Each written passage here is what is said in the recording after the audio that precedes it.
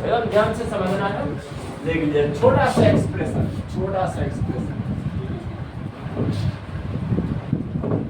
अगर ध्यान से समझोगे तो अच्छा फायदा करेगा। हाँ देख लीजिए द सिंगल स्लिट का मतलब होता है दरार। क्या होता है?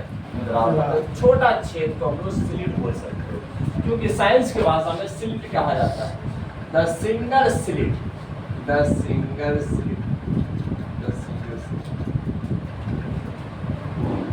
यही हेडिंग है। लेकिन एग्जाम में जानते हो इसका क्वेश्चन का पैटर्न, क्वेश्चन का फॉर्म क्या है? क्वेश्चन इस फॉर्म में आते हैं। देख लीजिए क्वेश्चन इस फॉर्म में आते हैं कि drive expression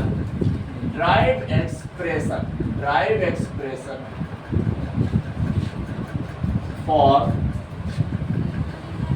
constructive and destructive interference,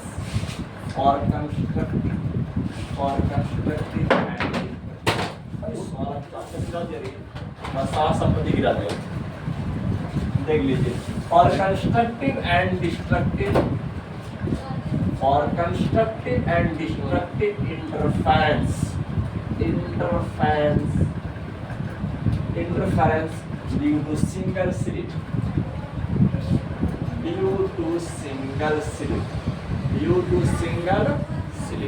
question ऐसे आता है।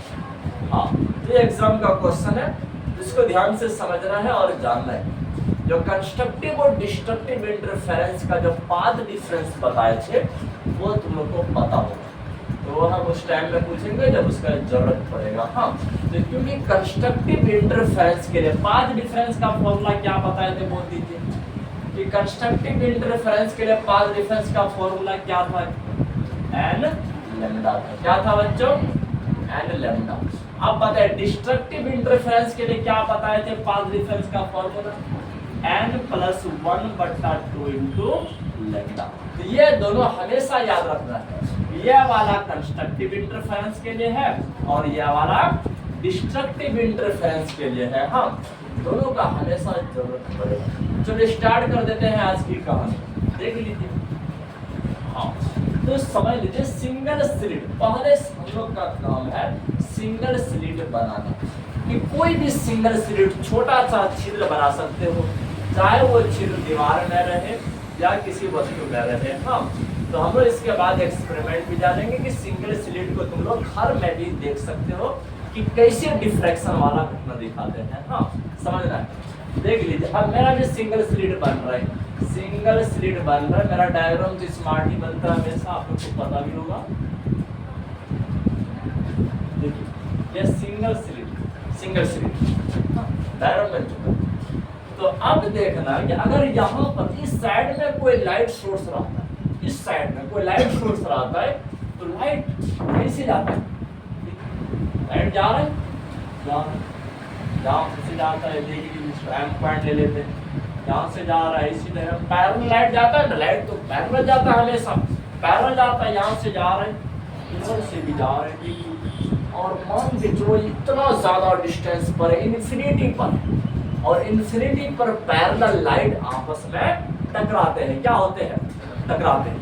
तो ये मान के चलो ये तीनों पैरेलल लाइट कहाँ टकरा रहा है? पी पर टकरा रहा है। कहाँ पर? पी पर। और पी पॉइंट कहाँ पर है? इन्फिनिटी पर। देख लीजिए लेकिन अगर इस तरह का पैटर्न अगर लाइट दिखाए तो इसको डिफ्रैक्शन नहीं कहते। डिफ्रैक्शन तो घटना कुछ दूसरा दिखाता है, झुकने का टेंडेंसी दिखाते हैं, है ना रे? देख लीजिए जैसे हम लोग इस प्रकार से देखते हैं, यहाँ पर तो दिखाई देगा, बिल्कुल सही वाला बात है। आपको सेंट्रल पोजीशन पर तो वहां पर एकदम ब्राइट कलर का दिखाई देगा, ब्राइट कलर। हाँ सेंट्रल मैक्सिमा इसको कहा जाता है। क्या कहते हैं? Central maxima. इसको कहते हैं सेंट्रल मैक्सिमा कहते हैं, सेंट्रल मैक्सिमा। देखिए अगर किसी दरार से होकर लाइट पास करोगे, सबसे ज्यादा ब्राइट कलर का जो आपको दिखेगा वो एकदम बीच में दिखेगा ना रे। अगर किसी छिद्र से तुम लाइट उधर से मार दी तो इसके सीधा में जो लाइट क्या कहते हैं, जो पॉइंट आपको दिखेगा पूरा ब्राइट दिखेगा, पूरा ब्राइट, है ना रे।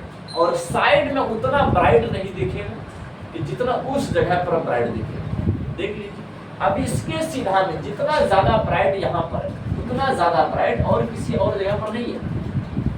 समझ रहा है बात को? हाँ इसी घटना को कहते हैं डिफ्रैक्शन ऑफ लाइट। इसी को क्या कहते हैं?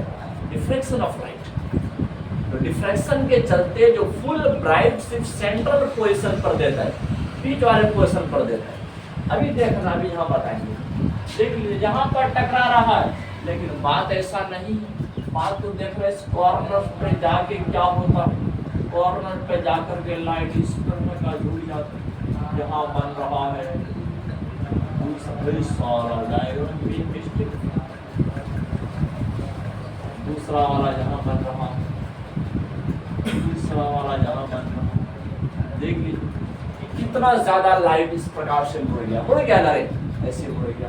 देख लीजिए आपका थीटा एंगल से बेंड कर रहा, थीटा एंगल से बेंड कर रहा, समझना। तो अब इधर जो भी बनेगा, इधर जो भी बनेगा उतना ज्यादा ब्राइट नहीं होगा जितना ब्राइट पी पॉइंट पर होगा। देख लीजिए पी पॉइंट पर जितना ज्यादा ब्राइट होगा उतना ज्यादा ब्राइट इधर नहीं होगा। इसको कहते हैं सेंट्रल मैक्सिमा और इसको कहते हैं सेकेंडरी मिनिमा। क्या कहते हैं? Secondary minima. इसको कहते हैं सेकेंडरी मिनिमा। याद रखना है, छोटा छोटा कहानी है। इसको कहते हैं सेकेंडरी मिनिमा, इसको कहते हैं सेकेंडरी मिनिमा। उतना ज्यादा ब्राइट उधर नहीं दिखने वाला। बोलोगे सर अच्छा लगा कहानी, डिफ्रैक्शन वाला घटना तो फिजिक्स का किरनी कहलाएगा। तो समझना, अब देख लीजिए यहाँ से अगर तुम पैरेलल अगर ऐसे परपेंडिकुलर ड्रॉ करोगे, ऐसा लग रहा है सर अब इसके पैरेलल ये जा रहा है कि मतलब कितना ज्यादा बैंड क्या है तुम देख सकते हो, कितना ज्यादा बैंड क्या है देख सकते हो। चलो अगर देखिए इतना एंगल से जुड़ गया है ना रे, बिल्कुल यह वाला एंगल और यह वाला एंगल इक्वल होगा कि नहीं? बिल्कुल इक्वल होगा, क्योंकि अगर यह नहीं झुकता तो बिल्कुल थीटा कितना डिग्री होता? 0 डिग्री। कितना होता है? 0 डिग्री होता कि नहीं? देखिए आपका 0 डिग्री होता। तो बिल्कुल याद रखना, एग्जाम में एमसीक्यू आते हैं, सेंट्रल मैक्सिमा कितना डिग्री पर दिखते हैं? 0 डिग्री पर दिखते हैं। कितना डिग्री पर? यही क्वेश्चन अगर जैकपॉट वाला पूछ देता है, इतना हार्ड क्वेश्चन आज तक नहीं सॉल्व किए थे, फिर से होगा है ना रे। बात ऐसे होता है एग्जाम के टाइम पे, आते ध्यान से सुनोगे एकदम पूरा फुल इंटेंशन के साथ, तो आपका कॉन्सेप्ट स्ट्रॉन्ग, हर छोटा छोटा कॉन्सेप्ट स्ट्रॉन्ग हो जाए। और 12th का रिजल्ट को चमकाना इस साल का काम हम लोग का। 2027 का रिजल्ट ऐसे धमाकेदार बनाना है जो कि हमारा मोबाइल क्या 10 बार एरर दिखाए, रिजल्ट शो नहीं कर पा इतना ज्यादा हाई रिजल्ट, मुश्किल से रिजल्ट आए 80 85 क्रॉस 90 क्रॉस ऐसे आना जेट 12 में। लोग का विश्वास उठ जाए, रिजल्ट ऐसा भी हो सकता है ना रे। बात ऐसी कर, सिर्फ फिजिक्स में स्ट्रॉन्ग लाइए, केमिस्ट्री में लाइए, बायोलॉजी में लाइए। और जैकपॉट वाला तो हिंदी इंग्लिश उर्दू में वैसे दे देता है, तो लैंग्वेज बेस्ड है। हाँ सिर्फ अच्छा सुंदर सा राइटिंग बना लीजिए, 10 नंबर लेकर घर चले जाइए ऐसे होता है। चलो अब यहाँ पर हम लोग बात करते हैं, ये स्लिट का जो चौड़ाई है, ये जो दरार, अरे हमारा दरार तो सड़ गया है, लाइन बन गया, लाइन फोटो दरार बना देते हैं, देखिए कितना लाइन बन गया है। एक मिनट आप दरार लग रहे हैं, दरार लग रहा है तो आप मोटा कर दिए दीवार को। हाँ समझ रहा है, इसका चौड़ाई ये है, कितना है इसका चौड़ाई ये। तो चलो सबका नाम लिख देते हैं, देख लीजिए एम एन पी तो लिख दिया है, एम एन टी लिख दिया।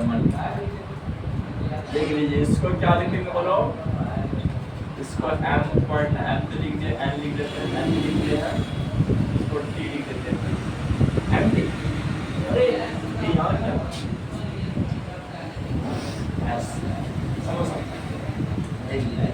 हाँ तो अब हमको यह बात बता, बिल्कुल सिंपल वाला बात, मतलब कि यहाँ वाला पॉइंट और यहाँ वाला पॉइंट एक साथ पहुँचता है इंफिनिटी पर, पहुँचता है कि एक साथ पहुँचता है। लेकिन अगर हम पाथ डिफरेंस की अगर बात करें, यहाँ पर अगर हम पाथ डिफरेंस की बात करें तो क्या बोलोगे? देख लीजिए अरे पर थोड़ा सा हम लेटेस्ट कंसेप्ट देते हैं। हाँ, आगे एक्सप्रेशन है आपको जैक्सन वाला, उसमें लेटेस्ट कंसेप्ट को भी देखते हैं। हाँ, बिल्कुल याद अपने देख लीजिए कि latest consider a single slit, याद रखना है। Latest consider a single slit of with, जिसका चौड़ाई कितना है, ए है, कितना है, ए है, याद रखना है। ऑफ विथ, जिसका चौड़ाई ए है, जिसका चौड़ाई ए है, एज शॉन, जैसे दिखाया गया है। देखिए इससे ज्यादा क्या लिख सकते हैं। हाँ, समझ रहा है बात। देखिए अगर यहाँ पूछेंगे कि पाथ डिफरेंस क्या होगा, पाथ डिफरेंस क्या होगा, तो तुम लोग क्या जवाब देने वाले थे? तो पाथ डिफरेंस क्या होगा? बोलोगे सर इस पॉइंट का नाम क्यों लिखा, इसका नाम आप क्यों लिख दीजिए। मतलब समझ रहा है, यहाँ से यहाँ तक का डिस्टेंस मैं अगर ये वाला दूरी घटा दोगे तो यही वाला दूरी बचेगा, ये वाला दूरी बचेगा। हाँ, बिल्कुल याद अपने देख लीजिए कि अगर टी क्यू अगर तुम टी क्यू पे अप्रॉक्स बात करते हैं, आपका टी क्यू, क्योंकि ये क्यू ना बहुत दूरी इन्फिनिटी पर है। हाँ, इन्फिनिटी पर है, हम ये पूरा को अप्रॉक्स एक पॉइंट मान लेते हैं। हाँ, पॉइंट बिल्कुल याद अपना बच्चों देख लीजिए, आपका टी क्यू हो गया माइनस एम क्यू, माइनस इस वाला को घटा, इस वाला में से इस वाला को घटा दे तो यही वाला ना बचेगा, बीच वाला बचेगा, बीच वाला बचेगा। देख लीजिए तो इसको तुम क्या लिख सकते हो, टीएस लिख सकते हो। क्या लिखोगे, टीएस।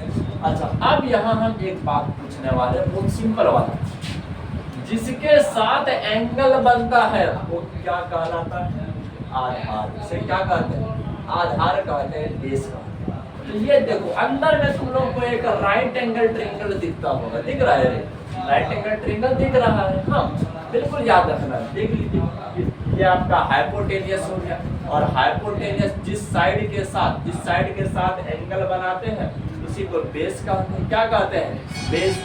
तो दूसरा वाला क्या कहलाएगा, परपेंडिकुलर कहलाएगा ना रे, देख लीजिए कहलाएगा। अच्छा, छोटा सा कहानी हमको पूछना दो कि अगर साइन थीटा बराबर अगर बोलेंगे तो क्या फॉर्मूला पढ़े थे 10th क्लास में, लंब बट्टा कर्ण, बोलो लंब बट्टा कर्ण। तो यहाँ देखिए लंब क्या कहलाएगा, टीएस, कि टीएस बट्टा कर्ण क्या हो गया आपका, एमटी हो गया ना रे, देख लीजिए एमटी हो गया। हाँ, अरे ये समझ आ रहा है कि नहीं, देख लीजिए कि आपका लंब हो गया बट्टा ये वाला कर्ण हो गया, एमटी यहाँ वाला। हाँ, देख लीजिए क्योंकि इसमें ध्यान दो, इसमें ट्रायंगल कुछ उल्टा साइड से, इसका बेस नीचे है, इसका हाइपोटेनस ये बन गया है और लंब ये बन गया है। हाँ, याद रखना है। अच्छा, अगर पूछेंगे टीएस बराबर तो क्या बोलोगे कि एमटी गुना साइन थीटा, यही ना बोलोगे रे, एमटी गुना साइन थीटा बोलोगे। अब यही बात हम यहाँ पूछ रहे, टीएस मतलब में क्या लिख सकते हैं, देख लीजिए एमटी गुना साइन थीटा, क्या लिख सकते हैं, एमटी गुना साइन थीटा। अच्छा, एमटी किसको दिखाते हैं कि इस स्लिट का विड्थ है, चौड़ाई है कि नहीं, इसको हम किस लेटर से दिखाए हैं, ए से दिखाए, ए से। तो चलो देख लीजिए, इसको हम लिख सकते हैं ए साइन थीटा, ए साइन थीटा। अब यह बात बताते हैं, जब इस इन्फिनिटी को हम एकदम पॉइंट मान लिए तो ये वाला जो क्या करते हैं, एंगल जो होगा, एंगल बहुत छोटा होगा। क्या होगा, बहुत छोटा। अप्रॉक्स तुम क्या कहते हैं, साइन थीटा को अप्रॉक्स क्या ले सकते हो, थीटा ले सकते हो। हाँ, क्योंकि अगर 10 डिग्री से एंगल कम रहता है तो कोई भी रहे, अगर साइन थीटा रहे, कॉस थीटा रहे, टैन थीटा रहे, उसको अप्रॉक्स तुम थीटा ले सकते हो। हाँ, ये सब बात याद रखना है। एक्सप्रेशन में हम लोग ऐसे ढेरों सब लिए हैं, है कि नहीं। आपका जब मिरर इक्वेशन निकाल रहे थे वहां पर भी लिए थे, इसके बाद वो लेंस मेकर फॉर्मूला वहां पर भी यूज कर रहे थे, इसके बाद क्या कहते हैं वो रिफ्रैक्शन थ्रू स्फेरिकल लेंस वहां पर भी यूज किए थे, है कि नहीं। तो ऐसे तुम लिख सकते हो, देख लीजिए, जिसको तुम अप्रॉक्स ऐसे भी लिख सकते हो, ए गुना थीटा, क्या लिख सकते हो, ए गुना थीटा। अच्छा, अब हम दो कंडीशन पर बात करते हैं, दो कंडीशन पर, देख लीजिए, क्योंकि इस कंस्ट्रक्टिव वाला कंडीशन पर और दूसरा डिस्ट्रक्टिव वाला कंडीशन पर, याद रखना छोटा सा काम। अच्छा, अब हमको यह बात बता दीजिए, for constructive interference, for constructive interference के लिए क्या होगा, फॉर कंस्ट्रक्टिव इंटरफेरेंस के लिए क्या होगा, इस बात को बता दीजिए कि कंस्ट्रक्टिव इंटरफेरेंस के लिए क्या होगा। बिल्कुल याद रखना कि इस कंस्ट्रक्टिव इंटरफेरेंस को तुम सेकेंडरी मिनिमा भी बोल सकते हो, इसको सेकेंडरी मिनिमा भी बोल सकते हो।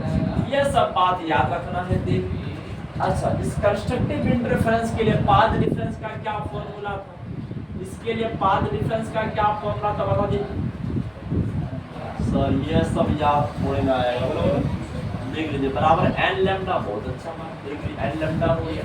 अच्छा, यहाँ हम पाथ डिफरेंस क्या निकाले, ए गुना थीटा। देख लीजिए ए गुना थीटा हो गया बराबर क्या हो गया, एन गुना लैम्डा। क्या हो गया, एन गुना लैम्डा हो गया। अच्छा, अब बता दीजिए इसीलिए थीटा बराबर क्या लिख सकते हैं, हाँ एन लैम्डा बटा ये हो गया। बिल्कुल ये फॉर्मूला याद रखना बच्चों, बहुत दर्द भरा फॉर्मूला है कि आपको न्यूमेरिकल टाइम में इस फॉर्मूला को याद आएगा, इस फॉर्मूला का याद आएगा उस टाइम में जब पूछेंगे बताइए सेकेंडरी मिनिमा के लिए एंगल का क्या फॉर्मूला होता है। तो सेकेंडरी मिनिमा एकदम से आउट ऑफ माइंड जा रहा है, ऐसा बात नहीं, समझने की कोशिश करो, हर कॉन्सेप्ट तरह स्ट्रॉन्ग हो जाएगा। एन के जगह पर तुम भी लिख सकते हो 1 2 3 4 5 6, मतलब ये एन जानते हो, एन किसको दिखाते हैं कि अब ये जो बीच में जो बन रहा है और ये जो डार्क और ब्राइट, डार्क ब्राइट, अब ये जो अपना जो सीरीज चल रहा है सीरीज, हाँ तो मतलब कि यही क्या कहते हैं, किसी का नंबर, ये किसी का नंबर है, तो इसको ऐसे लिख सकते हो एन बराबर 1, एन बराबर 2, एन बराबर 3, ऐसे लिख सकते हैं। बिल्कुल याद अपने देखो, अगर तुमको अगर सबसे फर्स्ट वाला मिनिमा देखना रहे, इसके बारे में देखना रहे 1 बैठना, इसका पोजीशन देखना यहाँ पर बनेगा तो कितना एंगल पर बनेगा, n बराबर 2 बैठना। अगर यहाँ पर बनता रहे तो n बराबर 3 बैठना है। तो इस तरह से तुम लिख सकते हो। हाँ, वो क्वेश्चन में पहले से दिया हुआ रहेगा, आपको सेकंड पोजीशन पर बैठाना है, थर्ड पर बैठाना है, फोर्थ पर, फिफ्थ पर, ऐसे वो पोजीशन बता देगा पहले। हाँ तो अब इस तरह का आपको न्यूमेरिकल के टाइम में समय में क्या करते याद आएगा, देख लीजिए। और दूसरा वाला बात कि अब वहाँ पर जो हम लोग यूज कर रहे थे क्या कहते हैं, कंस्ट्रक्टिव इंटरफेरेंस और डिस्ट्रक्टिव इंटरफेरेंस में जो यूज कर रहे थे, हाँ उस जगह पर भी एन का वैल्यू हम लोग 1 2 3 4 ऐसे ले रहे थे। हाँ 1 2 3 4 इस तरह का ले रहे थे। आप याद तो क्या करते हैं, वो डबल स्लिट एक्सपेरिमेंट बताए थे, अरे यंग्स डबल स्लिट एक्सपेरिमेंट, वहाँ पर देखना हम यूज कर रहे था। हाँ तो क्योंकि जानते हो कि अब कंस्ट्रक्टिव इंटरफेरेंस जो था, कंस्ट्रक्टिव इंटरफेरेंस जिस दौरान इंटेंसिटी 4I0 दिखा रहे थे, कितना 4I0 दिखा रहे थे, और डिस्ट्रक्टिव इंटरफेरेंस की इंटेंसिटी कितना दिखा रहा था, 0 दिखा रहा था, कितना 0 दिखा रहा था। तो अब वो जो 4I0 जो मैक्सिमम वैल्यू दिखा रहा था इंटेंसिटी का, वो किस एंगल पर दिखा रहा था बता दीजिए। देखिए आपका 2π पर दिखा रहा था, 4π पर दिखा रहा था, इसके बाद 6π पर दिखा रहा था। पूरा बल्ब कहाँ रहा है, बल्ब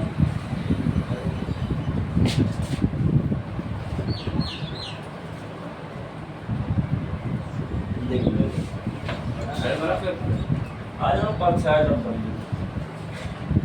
2π पर बन रहा था, आपका 4π पर 6π पर, ऐसे 2 के साथ गुना करते जाओगे, 2 के साथ गुना करते जाओगे तो तुम लोग को हमेशा क्या मिलेगा, कंस्ट्रक्टिव इंटरफेरेंस मिलेगा। क्या मिलेगा, कंस्ट्रक्टिव इंटरफेरेंस। लेकिन इंटेंसिटी जो 0 आ रहा था, 0 वो किस पर आ रहा है, देखिए आपका 1π पर आ रहा था, आपका 3π पर, 4π पर, इन सब एंगल को हम लोग पुट कर रहे थे।